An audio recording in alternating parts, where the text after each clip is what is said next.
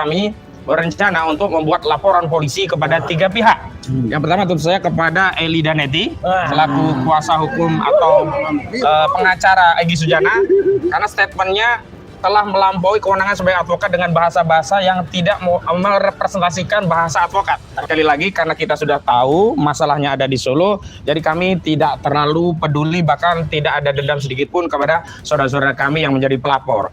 Kami secara tegar terbuka akan terus berada di jalan ini sampai titik darah penghabisan, sampai titik finish, sampai ada keputusan yang berkekuatan hukum tetap terhadap status ijazah saudara Joko Widodo. Terima kasih, hari ini kami baru saja mendampingi klien-klien kami untuk menunaikan kewajiban, yakni wajib lapor.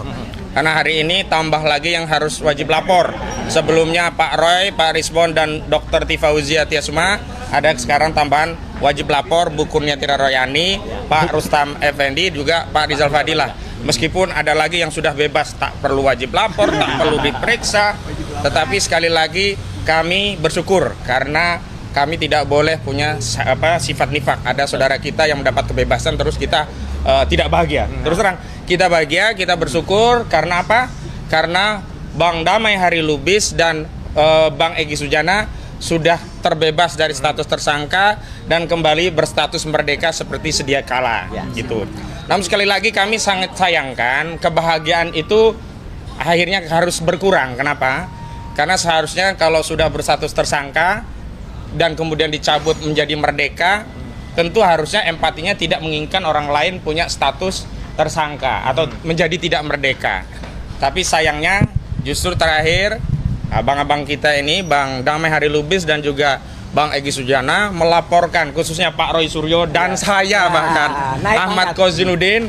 Saya sekarang bukan hanya penasihat hukum ya, sudah punya status baru sebagai apa? Terlapor ya. Jadi mudah-mudahan itu kebaikan buat saya, karena kulukum itu adalah khair. Semua apa yang terjadi pada kita semua, insya Allah ada hikmah, ada kebaikan. Tapi terkait itu kami ingin sampaikan statement sebagai berikut. Yang pertama, kami menyadari bahwa ini semua tidak lepas dari kendali otoritas Solo. Sekali lagi, kalau kemarin ada SOP atau KUHP Solo, hari ini manuver pelaporan itu tidak lepas dari strategi pecah belah dan adu domba. Pecah belah dengan menarik 2 orang dan memisahkannya dari barisan. Adu domba adalah dengan menjadikan 2 orang tadi melaporkan bagian dari kawan-kawannya di perjuangan. Tapi sekali lagi, karena kita sudah tahu masalahnya ada di Solo, jadi kami tidak terlalu peduli, bahkan tidak ada dendam sedikit pun kepada saudara-saudara kami yang menjadi pelapor. Meskipun demikian, tentu kami harus memberikan tanggapan yang serius dan tegas. Agar apa? Agar tidak setiap orang itu mudah berbuat kedoliman. Dan karena kita diberi hak untuk membalas kedoliman dengan yang semisalnya. Dan atas pertimbangan itulah, maka kami berencana untuk membuat laporan polisi kepada 3 pihak. Yang pertama tentu saya kepada Eli Daneti selaku kuasa hukum atau pengacara Egy Sujana, karena statementnya telah melampaui kewenangan sebagai advokat dengan bahasa-bahasa yang tidak merepresentasikan bahasa advokat. Bahasa-bahasa yang saya kira saya sangat tidak tega untuk mengulangi atau mengkutipnya, dan menyerang fisik klien saya, dan bahkan mengeluarkan ujaran-ujaran yang sebenarnya lebih layak itu disampaikan ke program gosip, bukan statement sebagai seorang pengacara, begitu ya.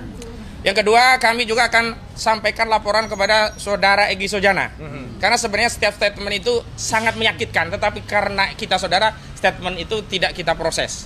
Namun hari ini ketika kami memberikan statement yang intinya kritik dan sangat menyayangkan tindakan keduanya ke Solo, justru kami dipersoalkan. Nah, hari ini kami juga akan mempersoalkan kembali, yakni statement yang menuduh kami sok jago.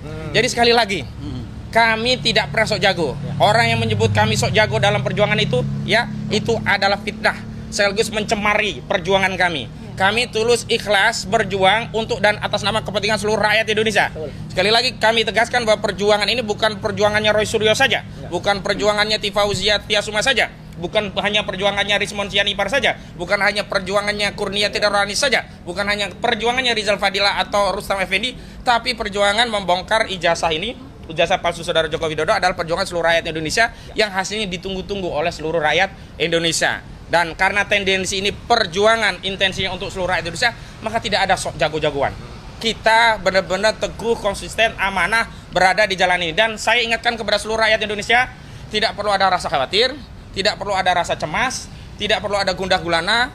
tidak perlu mengkhawatir, kami akan menempuh jalan sebagaimana yang telah ditempuh 2 orang dari saudara-saudara kami seperjuangan sebelumnya yang memutar arah, menyimpangi kami, memburu ya langkah ke Solo dengan mengendap-endap dan berhasil mendapatkan SP3. Kami secara tegar terbuka akan terus berada di jalan ini sampai titik darah penghabisan, sampai titik finish, sampai ada keputusan yang berkekuatan hukum tetap terhadap status ijazah Saudara Joko Widodo. Amin. Jadi kami tegaskan, kami bahagia, gembira, tidak bersedih. Jadi rakyat Indonesia jangan pernah ada yang berpikiran bahwa kami bersedih, dilaporkan. Tidak, kami tetap teguh, tegar, dan terus berjuang. Selanjutnya, kami ingin tegaskan karena ada beberapa statement yang perlu disampaikan secara langsung. Pertama, kami persilakan Bang Herman Kadir sebagai perwakilan kami untuk menyampaikan. Lalu nanti Bung Gafur sekali terkait materi dan substansi yang akan dilaporkan, dilanjutkan ke yang lainnya. Silakan Bang Herman. Untuk di awal. Ya, dari situ. Bismillahirrahmanirrahim. Assalamualaikum warahmatullahi wabarakatuh. Salam sejahtera buat kita semua. Perlu saya tanggapi bahwa laporan Egy Sujana itu keliru. Artinya laporan itu tidak memenuhi unsur delik. Apalagi di situ masalah tuyul, bahasa tuyul itu jadi unsur delik. Nah, itu satu hal yang keliru menurut saya. Undang-undang KUHP kita tidak mengcover masalah itu. Ya, artinya apa? Ini sudah pernah pengalaman saya waktu jadi tim pembela Edi Mulyadi dulu, Jin Bongana, akhirnya dimentahkan oleh pengadilan. Jin Bongana itu karena tidak memenuhi unsur delik. Artinya apa? Secara hukum legal standing untuk laporan itu keliru dan tidak berdasar hukum. Yang kedua, saya lihat Egy adalah sahabat seperjuangan teman-teman ini tadinya. Awalnya, ya, sahabat perjuangan di dalam masalah ijazah Jokowi ini. Kalau tiba-tiba dia berkhianat atau dia artinya keluar dari jalur perjuangan ini, ya silakan aja. Tapi jangan kawan sendiri, teman sendiri dijadikan lapor gitu loh. Jadikan musuhnya juga gitu loh. Nah, ini satu hal yang keliru menurut saya. Artinya apa? Secara idealisme perjuangan ini Egy tidak jelas ini. Ya. Komitmen di dalam perjuangan ya ini tidak jelas. Saya tidak menyangka ya Egy Sujana ini bisa seperti ini. Yang dahulunya tidak seperti itu.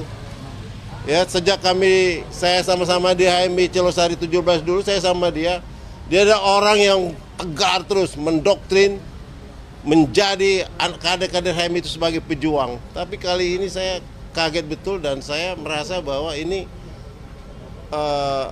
lucu gitu. Satu hal yang keliru Bang Egy mengambil langkah-langkah seperti ini. Nah, itulah saran saya kepada saudaraku Egy Sujana, Profesor Doktor SAMSI, cobalah ditinjau kembali laporan ini. Artinya laporan ini tidak ada legal standingnya, tidak berdasar hukum ya, unsur delik tuyul itu tidak ada di dalam KUHP yang baru maupun yang lama. Yang kedua, di mana idealisme perjuangannya yang selama ini yang dia dengung-dengungkan. Setiap ketemu orang Allahu Akbar, Allahu Akbar. Nah, ini gimana idealisme dia? Demikianlah usulan saya, saran saya, tanggapan saya terhadap laporan Saudara Egy Sujana hari ini. Terima kasih. Wassalamualaikum warahmatullahi wabarakatuh. Waalaikumsalam. Selanjutnya tentang materi muatan yang akan dilaporkan oleh tim kami dan hari ini diwakili oleh Bung Gafur Sangaji. Silakan Bung Gafur. Ya. Oke. Terima kasih Bang Aka atas waktunya. Jadi rekan-rekan media, pertama kami dari tim kuasa hukumnya Mas Roy CS bersama 3 tersangka yang hari ini juga melaksanakan. Ya. Oh, berarti Mas Roy CS dan Aka CS. Ya. Jadi perlu kami sampaikan bahwa LP yang disampaikan oleh terhadap Mas Roy kemudian Bang Aka itu sebetulnya bermula dari kritik tajam kami terhadap proses penegakan hukum dengan keluarnya SP3 yang dasarnya adalah restoratif justice. Bermula dari kritik yang tajam itu, maka kemudian ditafsirkan bahwa ada delik pencemaran nama baik, ada delik fitnah, padahal seperti tadi yang disampaikan oleh Bang Herman, itu jauhlah perbuatannya gitu. Ketika Mas Roy mengutip ada 2 tuyul bertemu dengan jin iprit, ya, itu sebetulnya adalah suatu kritikan satir gitu, yang mengambil dari karikatur seorang wartawan senior. Jadi sama sekali tidak ada mens rea dari Mas Roy untuk menghinakan seseorang, ya, untuk kemudian merendahkan seseorang. Bahkan Mas Roy itu mempunyai hubungan yang sangat baik dengan Bang Egy. Setelah beliau mendapatkan SP3, pada saat beliau mau berangkat ke Malaysia, Mas Roy menyampaikan ke saya bahwa ada WhatsApp masuk dari Bang Egy kepada Mas Roy, Brother Roy terus berjuang, dan Mas Roy menyampaikan terima kasih. Jadi sebetulnya secara hubungan emosional dan hubungan sosial itu baik-baik saja. Kemudian ini menjadi persoalan hukum karena memang ada kritikan yang pedas dari kami terkait dengan penegakan hukumnya yang kami kritik, ya, yaitu SP3 yang dijadikan sebagai dasar kedua tersangka tidak lagi berstatus tersangka itu sebetulnya bermula dari evaluasi kami terhadap cacat formil dan cacat material SP3 dengan dasar RJ, ya. Jadi ini tidak bisa lepas dari situ. Hal yang kedua adalah dari sisi perbuatan material, apa yang disebut sebagai delik pencemaran nama baik, delik penghinaan yang dilaporkan oleh 2 pelapor, pasal 433, pasal 434, kemudian juga 27A Undang-Undang ITE, itu jauhlah dari perbuatan mereka gitu, ya. Jadi menurut kami ini sebetulnya adalah ada satu upaya untuk mengalihkan perhatian publik dari isu utama atau yang kita sebut dengan predikat crime, yaitu ada dugaan tindak pidana pemalsuan dugaan tindak pidana ijazah palsu atau persoalan ijazah palsu yang hari ini disidik oleh Polda Metro Jaya ingin dialihkan dengan LP ini, sehingga mengaburkan pusat perhatian masyarakat yang saat ini masyarakat sedang menantikan gitu loh. Mana yang benar? Apakah ijazah ini asli ataukah ijazah ini palsu gitu. Nah, ini yang coba dikaburkan. Kemudian yang terakhir adalah ini sebetulnya menjadi satu cermin bahwa demokrasi kita sedang dalam titik yang sangat nadir. Kita sudah punya KUHP dan KUHP baru. Dan sah-sah saja ketika ada warga negara, apalagi kami sebagai tim kuasa hukumnya Mas Roy, kemudian ada Bang Ahmad Kozinudin, ada Bang Herman, kemudian ada Bang Jack Aspardi Pilihan, dan yang lain ada Bang Medi juga. Ketika menyusun satu bentuk, menyampaikan satu bentuk kritikan hukum yang pedas, itu sah secara hukum. Karena kehadiran seorang advokat warga negara itu kan adalah melakukan check and balance terhadap proses penegakan hukum. Kalau aparat penegak hukum dikritik dan kemudian itu ditafsirkan sebagai satu bentuk delik fitnah dan pencemaran nama baik, belum bagaimana kita mau mempertaruhkan negara hukum kita gitu. Berarti semua proses hukum yang dilakukan oleh aparat penegak hukum ya tidak perlu dikoreksi, ya. Bisa saja penegakan hukum itu dilakukan secara sepihak tanpa ada check and balance dari masyarakat atau aparat penegak kami ini juga sebagai penegak hukum, ya berarti buat apa kita punya KUHP dan KUHP baru? Katanya kita sudah punya hukum pidana nasional yang berdasarkan Pancasila, Undang-Undang Dasar 45 dan nilai kearifan lokal.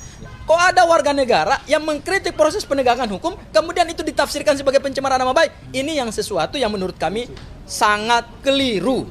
Oleh karena itu, terkait dengan pilihan tim hukum untuk kemudian melakukan langkah hukum terhadap laporan tersebut, kami pikir adalah itu hal yang sangat wajar dan sah saja. Karena saat ini memang tim hukum sedang melakukan pengkajian terhadap materi-materi mana yang nanti kemudian akan kami laporkan ke SPKT Polda Metro Jaya, ya, dengan pelapor adalah Mas Roy dan kemudian Bang Aka, ya. Mungkin kami tidak bisa membuka secara gamblang materinya apa, karena itu adalah materi penyelidikan, dan kalau naik tahap penyidikan itu juga nanti menjadi materi penyidikan.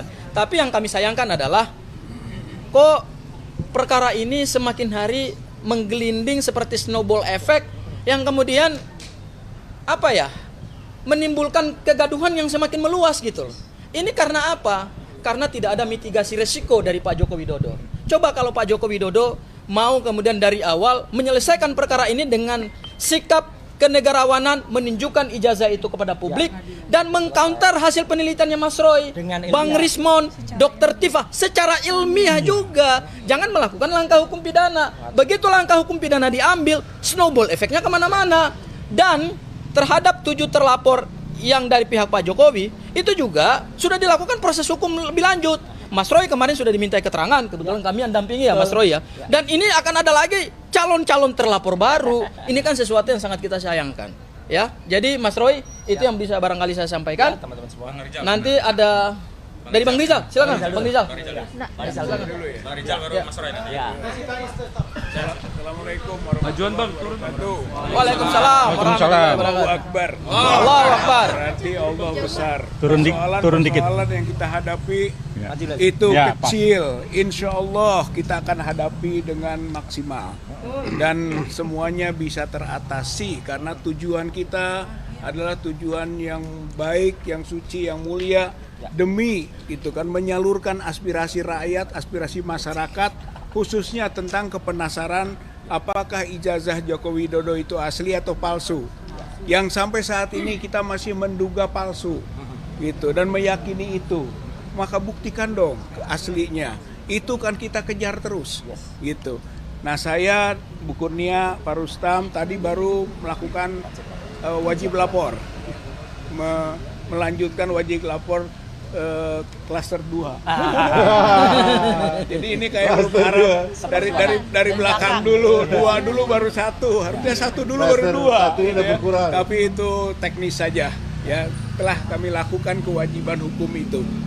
Nah, intinya tentu saja dengan melaporkan dan wajib lapor kita penuhi, kita berarti sudah siap.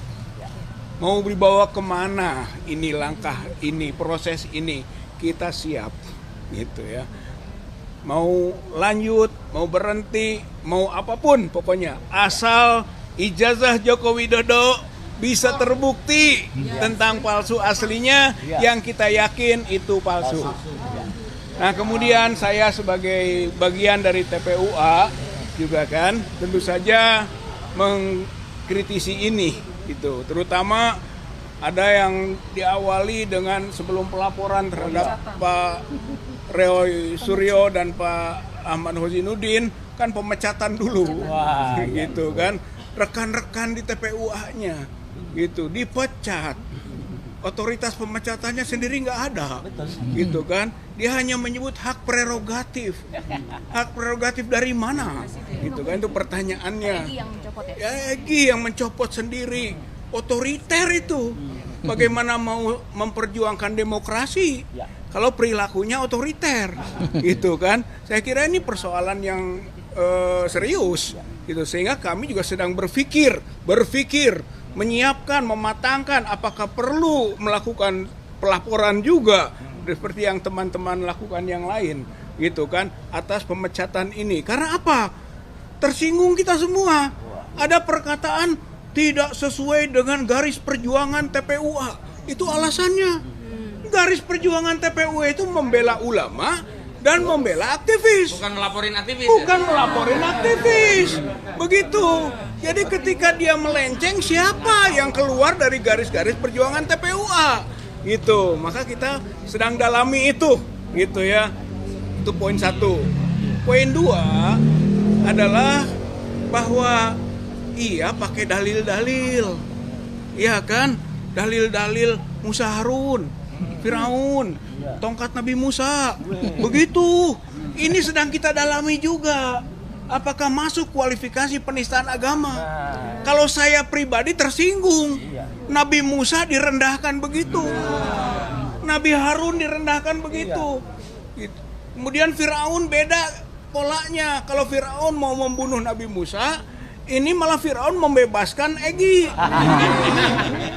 Jadi ini persoalannya jadi berbeda. Begitu. Sedang kita dalami. Kita akan tanyakan ke ulama. Kita akan tanyakan nanti ke MUI.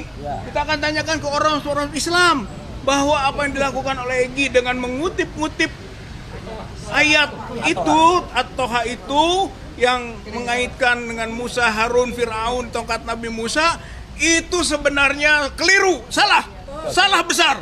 Gitu. Bahkan sebagai Muslim tersinggung kita, nabi kita direndahkan begitu. Nah, saya kira ini yang sedang kita pertimbangkan, kita pikirkan. Jadi jika Bang Aka, Bang Roy sedang memikirkan juga langkah berikutnya, maka kami bagian dari TPUA juga sedang memikirkan, mendalami. Kalau saja Bang Egy tidak mencabut laporan Bang Roy dan Bang Aka, kita akan menindaklanjuti dengan langkah berikutnya.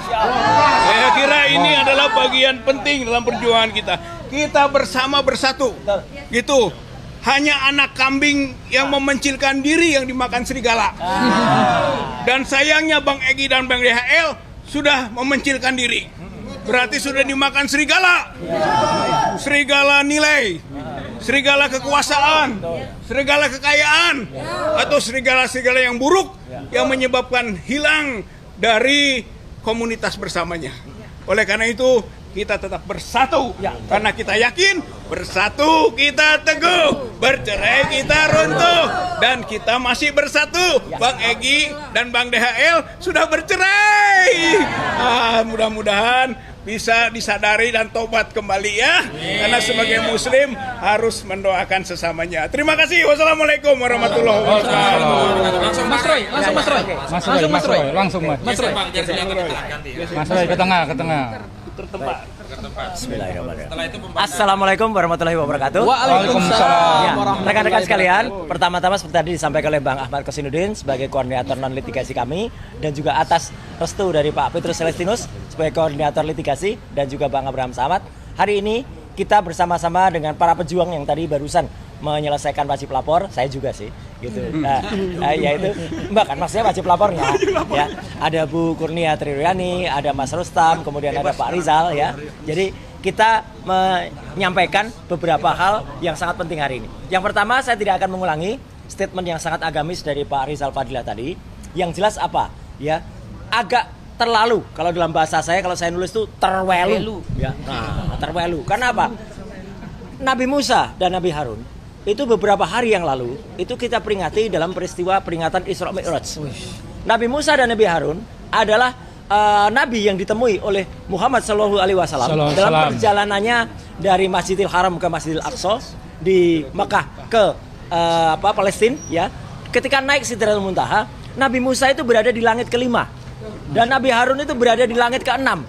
Artinya apa? Artinya itu nabi-nabi pilihan dari Allah Subhanahu Wa Taala untuk menemui Nabi Muhammad Shallallahu Alaihi Wasallam, ya. Dan itu berarti apa? Yang pertama akan ditemukan Nabi Adam, terus kemudian ada Nabi Musa dan Nabi Harun dan lain sebagainya. Artinya ini benar kalau misalnya ada orang-orang yang kemudian nanti tidak terima dan melaporkan karena ini sudah penistaan agama, ya. Panji saja dilaporkan, ya, karena penistaan agama. Ini lebih lagi, apalagi katanya menemui Fir'aun. Lebih jahat Fir'aunnya atau lebih jahat yang ditemui? Nah, itu kita nggak tahu, ya. Nah, maka saya di kesempatan ini malah berterima kasih dan mengapresiasi seorang wartawan senior dari dulu adalah mantan ketua AJI, Aliansi Jurnalis Independen, yang bernama Pak Lukas Luarso, yang sudah sebenarnya membantu Egy dan membantu DHL dengan menyederhanakan, gak usah pakai nabi-nabian, pakai aja istilah dua tuyul ketemu Jin Ifrit, ya. Dan itu ada ilustrasinya, nih ilustrasinya. Nah, jadi dua tuyul ketemu Jin Ifrit itulah yang kemudian saya pakai dua tuyulnya. Yang kemudian kita sama-sama ketika berjuang waktu itu, saya pakai istilahnya, kita tetap berjuang meskipun ada dua tuyul yang melarikan diri. Nah, perkara dua tuyul itu sama dengan yang dilaporkan oleh ini, ya terserah. Dan sebenarnya yang agak tersinggung sebenarnya saya loh di sini. Ini dua tuyul ini mirip saya sama Respon. Yang satu pakai kumis kan? Iya. Jadi sebenarnya saya aja nggak tersinggung kok.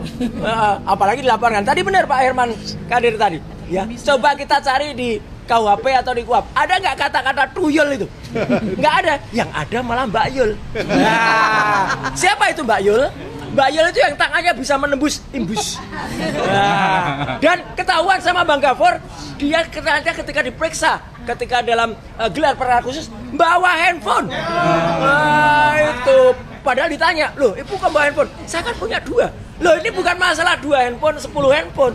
Nggak boleh bawa handphone itu. Nah, jadi hari ini, kalau sebelum tadi teman-teman nggak usah tanya ke saya selaku pribadi dan juga insya Allah juga Bang Aka, kita mengikuti sikap dari kuasa hukum kami yang nanti akan dibacakan oleh Bu Kurnia Triroyani, ya, sikap kami. Jadi kita tetap bersama, tidak ada statement pribadi. Ya, ini adalah kebersamaan kita, kebersamaan dari 6 yang masih tersisa sekarang, ya, untuk melawan kebatilan. Jadi insya Allah itu yang ingin saya sampaikan. Jadi sekali lagi yang ingin saya sampaikan, mohon dipegang. Kita tuh mau persoalan ini mau pendek, ya, mau kemudian persoalannya dibikin panjang, wah, tetap kita ikuti, ya. Mau pendek mau panjang tetap kita ikuti dan kita akan lawan semuanya. Sekian, terima kasih. Wassalamualaikum warahmatullahi wabarakatuh. Waalaikumsalam. Pernyataan sikap. Ada yang megang. Pernyataan sikap. Oh iya, bantu pegang. Ya, ini saya pegang dulu karena pasti Masalah dipendekin lagi. Bismillahirrahmanirrahim. biar panjang. Assalamualaikum warahmatullahi wabarakatuh. Waalaikumsalam. Naik ke atas. Silakan. Bukurnya naik, bukurnya saya. Naik lagi bukunya ya. Salam sejahtera untuk kita semua. Saya pegang itu kan. Sebelum saya membacakan pernyataan hukum, saya ingin membacakan sikap bijak kita pada hari ini. Ini ada kata-kata bijak bahwa antara ubi dan tape itu yang tidak ada beda dalam hal warna. Yang membedakan mereka menjadi dari keras menjadi lembek dengan proses peragian. Apa itu proses peragian? Yaitu perubahan senyawa organik menggunakan oksigen dengan bantuan mikroorganisme seperti ragi, ya, kemudian jamur barangkali atau pungi begitu. Jadi inilah yang terjadi barangkali. Saya lanjutin ya. Bismillahirrahmanirrahim. Pernyataan hukum tim advokasi anti kriminalisasi akademi dan aktivis tentang pelaporan Egy Sujana dan Damai Hari Lubis terhadap Roy Suryo dan Ahmad Khosinuddin adalah konfirmasi strategi pecah belah dan adu domba Jokowi. Sebagaimana diketahui, Egy Sujana bersama pengacaranya Eli Daneti telah melaporkan Roy Suryo dan Ahmad Khosinuddin di Sentra Pelayanan Kepolisian Terpadu atau SPKT Polda Metro Jaya pada 26 Januari 2026. Menyusul kemudian Damai Hari Lubis melaporkan Ahmad Khosinuddin. Materi laporan adalah dugaan pencernaan dan fitnah sebagaimana pencemaran dan fitnah sebagaimana dimaksud dalam pasal 433 dan pasal 434 Undang-Undang Nomor 1 Tahun 2023 tentang KUHP. Berkenaan dengan hal ini, kami tim advokasi anti kriminalisasi akademisi dan aktivis menyampaikan sikap dan pernyataan hukum sebagai berikut. Pertama, pelaporan yang dilakukan oleh Egy Sujana dan Damai Hari Lubis adalah konfirmasi strategi pecah belah dan adu domba kubu Jokowi telah, sedang, dan akan terus dilakukan yang awalnya Jokowi memecah belah dengan terbitnya SP3 diduga atas instruksinya. Selanjutnya diduga Jokowi melakukan adu domba dengan adanya laporan polisi terhadap Roy Suryo dan Ahmad Khosinuddin. Tujuannya agar publik teralihkan perhatiannya dari kasus ijazah palsu sehingga Jokowi dapat selamat dari potensi pidana saat perkara bergulir di pengadilan. Kedua, laporan yang dibuat oleh Egy Sujana bersama pengacaranya Eli Daneti dan Damai Hari Lubis selain mempertontonkan karakter pengkhianat juga membuktikan bahwa ketiganya telah benar-benar resmi menjadi bagian dari Termul yang melayani kepentingan politik Jokowi. Ketiga, posisi Egy Sujana dan Damai Hari Lubis sebagai Ketua Umum dan Sekjen TPUA telah merusak wibawa, marwah, dan kehormatan TPUA. Karena TPUA bisa dipersepsikan publik bukan lagi sebagai pembela ulama dan aktivis, tapi justru pelaku kriminalisasi pada aktivis dan melayani kepentingan Jokowi. Oleh karena itu, dengan segala kerendahan hati dan penuh penghormatan, kami menghimbau kepada otoritas yang memiliki kendali atas organisasi TPUA untuk menegur Egy Sujana dan Damai Hari Lubis, sekaligus segera memerintahkan kepada keduanya untuk mencabut laporan.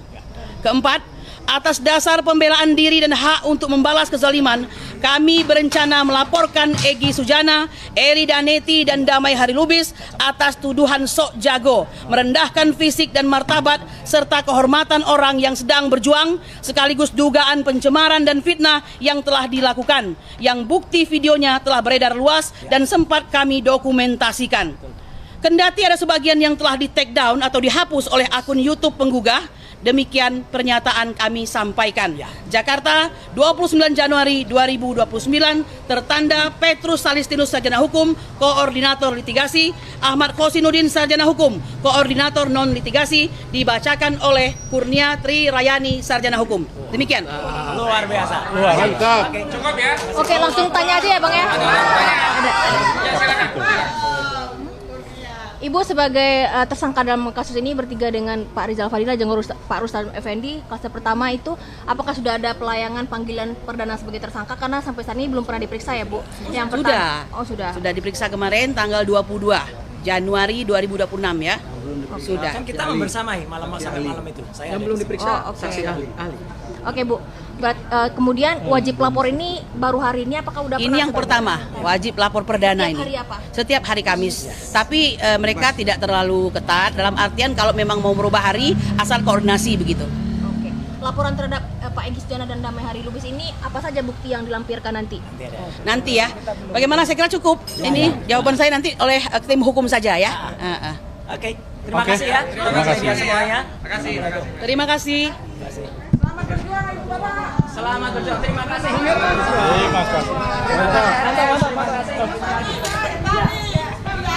Ada KMPR ya? Bang. Di atas ngomong lagi.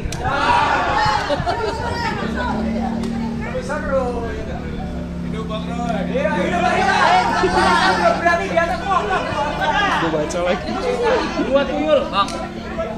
Hidup Bang Bahar. ARM luar biasa. Hidup ARM.